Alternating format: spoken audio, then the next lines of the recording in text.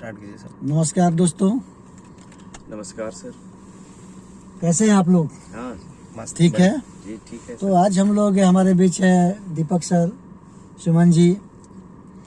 आज हम लोग चर्चा करना चाहते हैं गांव के परिवेश पर। अक्सर देखा जा रहा है कि भारत गांवों का देश है। अधिकांश आबादी गांव में रहती है, लेकिन अभी कुछ लोग पलायन कर रहे हैं, गांव से लोग शहर की ओर भाग रहे हैं। तो आपसे मैं जानना चाहूंगा दीपक सर कि क्यों गांव से लोग शहर की ओर भाग रहे हैं? गांव में सर देखिए बहुत कुछ गांव में मिल नहीं पाता। गांव में है तो सिर्फ खेती पे निर्धारित है लोग, निर्भर हैं। और शिक्षा बेहतर शिक्षा नहीं मिल पाता है। और बहुत कुछ है, बिजली तो आ गई है जी, पानी भी सब जगह है ही, लेकिन शिक्षा नहीं है। सबसे बड़ा कारण है शिक्षा। अच्छा, शिक्षा के और साथ रोजगार बहुत रोजगार मुद्दा। हाँ, तो यही सब कारण है कि सुमन जी, आपका क्या राय है और किस वजह से लोग गांव छोड़कर शहर की ओर जा रहे हैं? इसका मुख्य कारण है आदमी को अपना जीवन व्यतीत करने के लिए जो भी आवश्यक सुविधा है वो गांव में पर्याप्त मात्रा में मुहैया नहीं हो पाता है। इसके वजह से जैसे स्वास्थ्य के विषय में काफी पिछड़ा हुआ है इलाका, और सही समय पर इसका अगर उपचार नहीं मिले तो हर आदमी का स्थिति खराब हो जाता है। वो स्थिति अभी गांव में है। है ना। समय पर इसका सुविधा नहीं मिल पाता है। अगर किसी तरह का स्वास्थ्य संबंधी परेशानी आती है तो उनको उस मुकाम तक पहुंचते जब तक स्थिति खराब होता है और आदमी दम तोड़ देता है। ऐसा अधिकतर होता है ना। इसलिए हर व्यक्ति जिनका थोड़ा सा आर्थिक स्थिति अच्छा होता है और चाहता है कि हम गांव में जा करके, गांव छोड़ करके कहीं ऐसी जगह पे जाएं जहां ये सारी सुविधा उपलब्ध हो, है ना। इसलिए ज़्यादा कोशिश करता है कि हम यहाँ से कहीं दूसरे जगह पे जब इस सुविधा मिल रहा है वहाँ जा करके हम वहाँ पे अपना स्टेबल करें, है ना। और उसको रोजगार भी मिल जाता है, जहाँ पे ये सारी सुविधा के साथ साथ शिक्षा भी मिल जाएगा, स्वास्थ्य का भी ये सुविधा मिल जाएगा, और रोजगार के प्रति जो भी रास्ता है उनको वहाँ जाने पे मुहैया हो जाएगा, मिल जाएगा, है ना।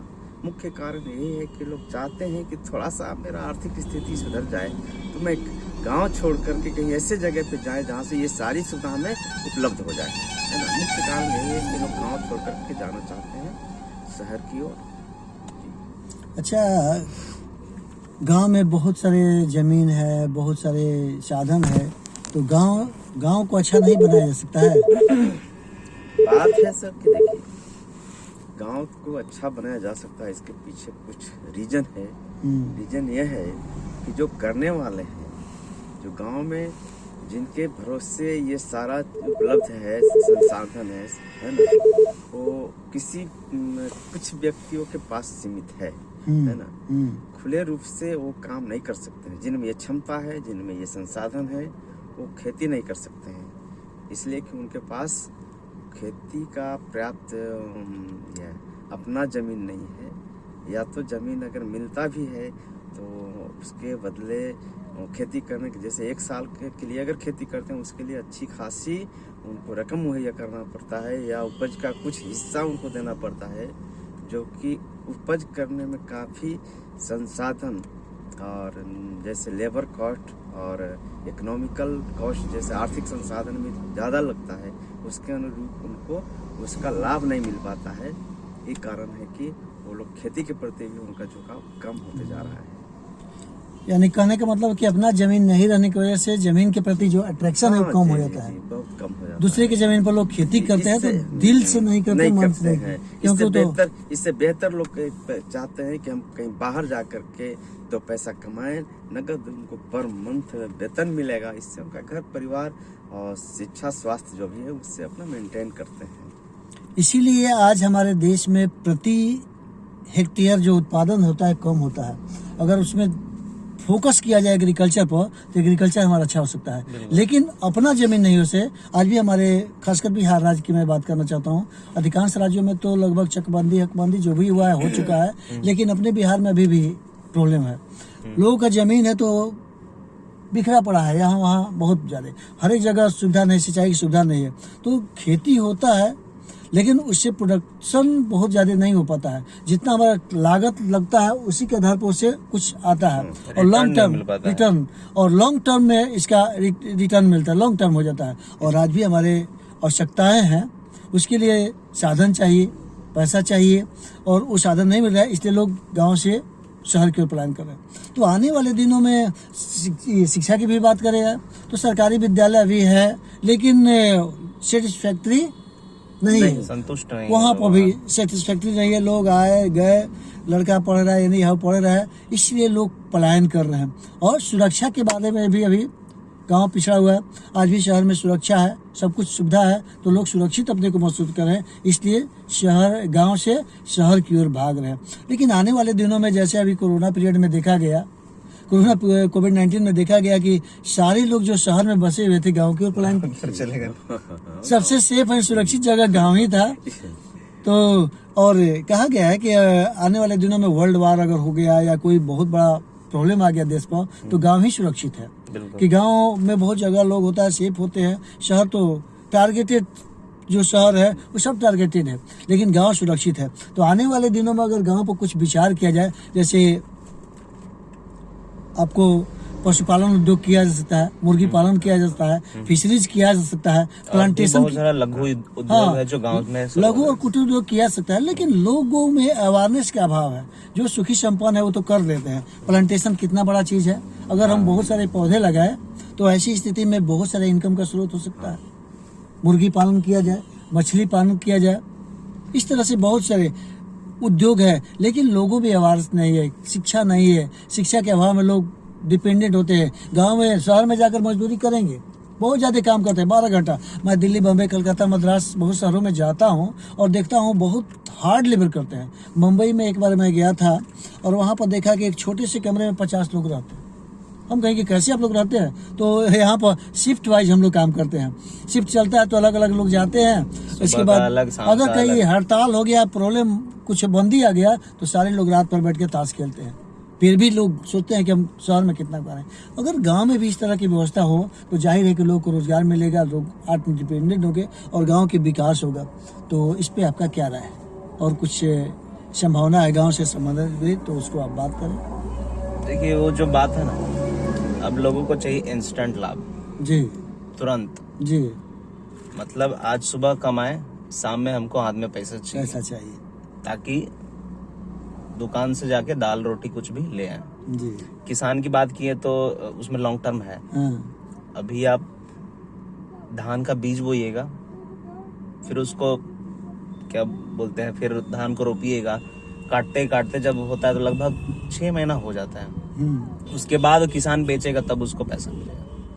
तो इसलिए सेठ साहूकार महाजन के हुए उधार इतना होता है कि उसके पीछे पीछे दौड़ते रहे। उसमें भी इतना खर्च करना है, सिंचाई है, खाद है, कीटनाशक है, बहुत चीज होता है।